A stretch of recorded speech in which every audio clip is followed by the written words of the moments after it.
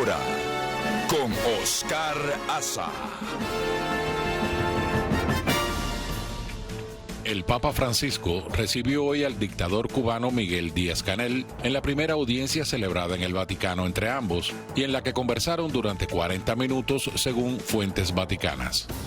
Tras el encuentro con Francisco, el mandatario cubano fue recibido por el secretario de Estado, cardenal Pietro Parolin, de cuya reunión, en un escueto comunicado, la Santa Sede afirmó que se habló de la importancia de las relaciones diplomáticas entre la Santa Sede y Cuba, evocando la histórica visita de San Juan Pablo II en 1998, de la que se cumple el 25 aniversario.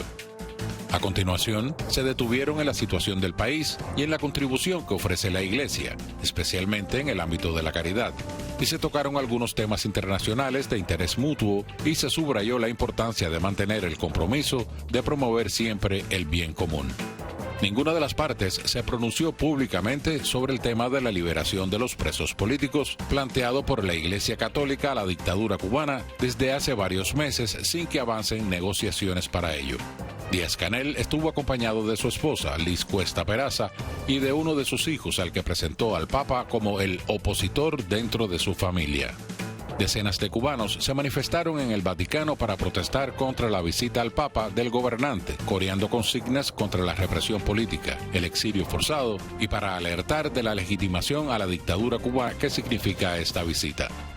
Díaz-Canel es el tercer dictador cubano que viaja al Vaticano desde el triunfo de la Revolución en 1959.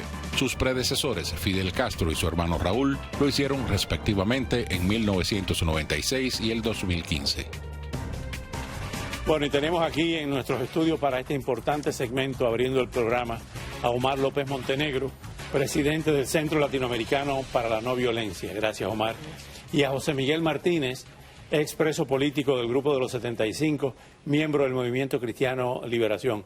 Muchas gracias, José Miguel, por estar aquí esta noche. Gracias, doctor. Evidentemente que cada vez que el Papa ha ido a Cuba o algún funcionario, es el tercer jefe de Estado cubano que llega al Vaticano. El primero fue Fidel, después Raúl y ahora Miguel Díaz-Canel. No se trata, por lo menos públicamente, el tema de los presos políticos. En mi primer viaje a Cuba en el año 88, lo comentábamos fuera del aire con el cardenal O'Connor. El cardenal O'Connor llevó una lista de presos políticos. El Comité Cubano por Derechos Humanos lo encabezaba esa lista y se pusieron en libertad muchos presos.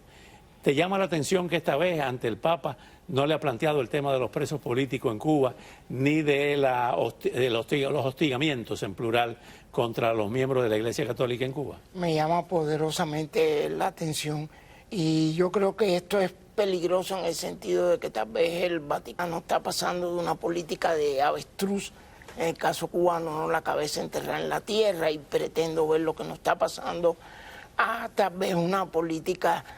Hay quien le da en llamar a eso compromiso constructivo. Yo creo que eso es compromiso destructivo, ¿no?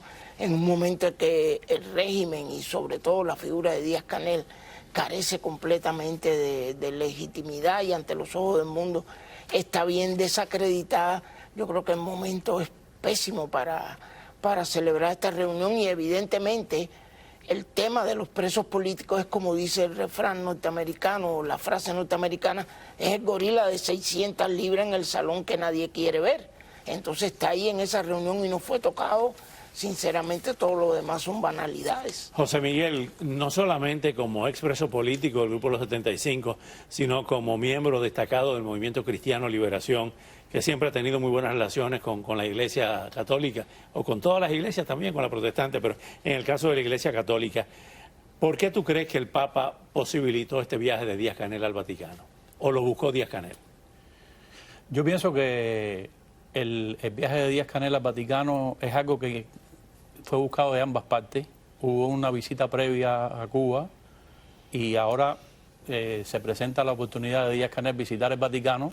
Lo que no sabemos descifrar todavía es qué se le pidió a Díaz-Canel o qué se le exigió a Díaz-Canel en esa reunión de 40 minutos. Si el tema principal de los presos políticos ante un dictador como Díaz-Canel no fue presentado, fue una hipocresía la visita de Díaz-Canel al Vaticano. Justamente hay una parte de la información de la agencia EFE de España y las vamos a citar para escuchar las opiniones de ustedes, comenzando contigo, José Miguel.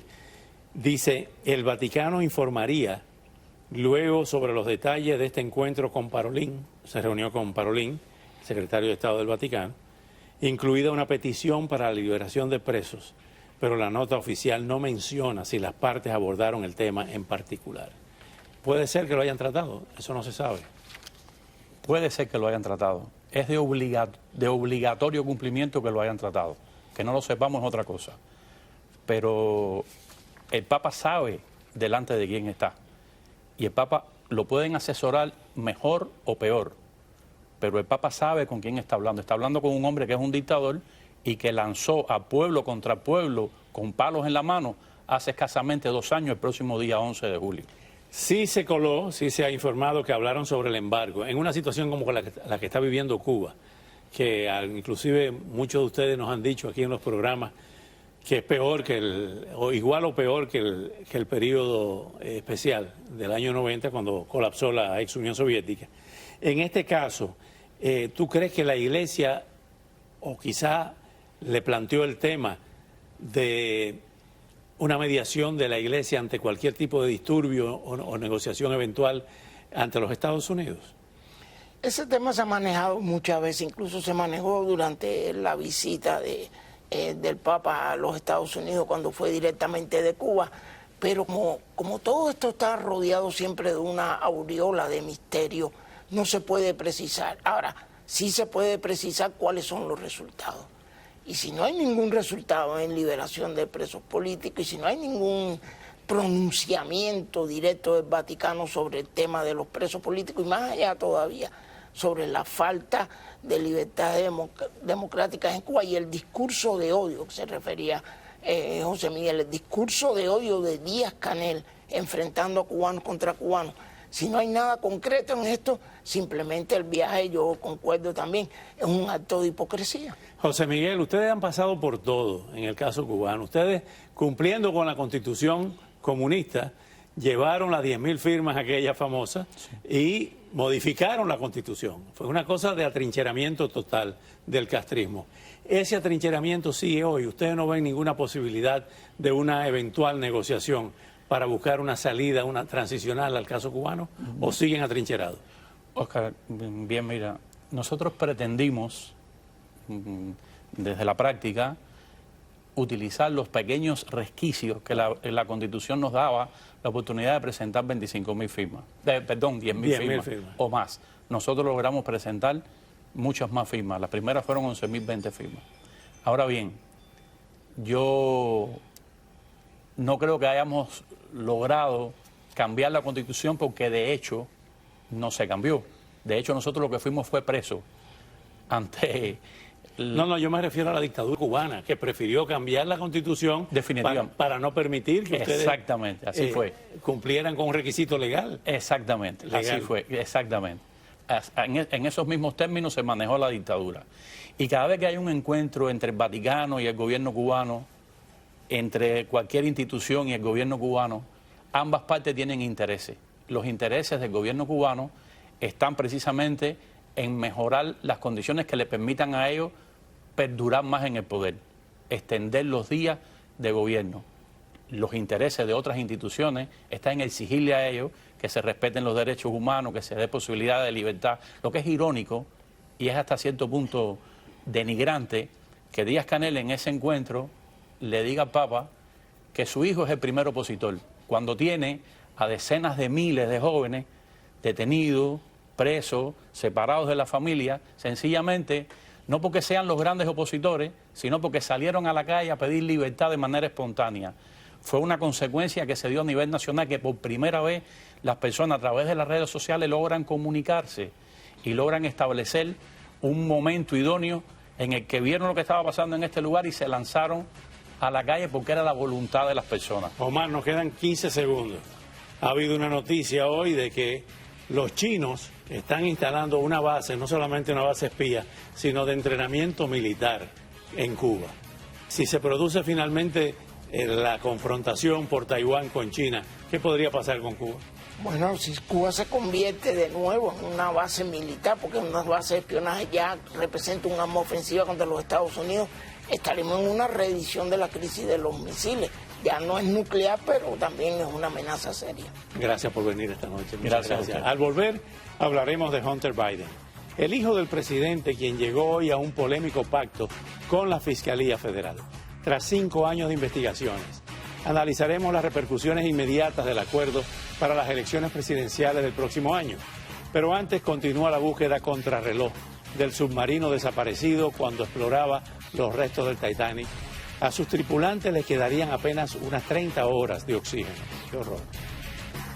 La Guardia Costera de Estados Unidos inició este lunes una extensa operación de búsqueda con ayuda de Canadá para localizar el submarino turístico Titan de la empresa Ocean Gate Expeditions.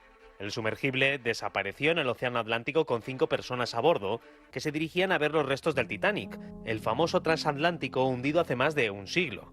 Entre los viajeros se encuentran el empresario pakistaní Shahzada Dawood y su hijo Suleiman, así como el explorador británico Hamish Harding. Según informó en una rueda de prensa John Mauger, comandante de la Guardia Costera de Estados Unidos, las labores de rescate se centran en un área ubicada aproximadamente a 1.450 kilómetros del Cabo Cod de Massachusetts, donde se presume que podría encontrarse el submarino. La empresa operadora de estos viajes en submarino reportó el domingo a las autoridades la desaparición del aparato. Según la propia compañía, la embarcación cuenta de suficientes provisiones para que los tripulantes puedan sobrevivir en su interior durante 4 días. Los restos del Titanic, que se hundió tras colisionar con un iceberg en 1912, se encuentran a una profundidad de alrededor de 3.800 metros y a una distancia de aproximadamente 640 kilómetros de la isla canadiense de Terranova. Se habla mucho y más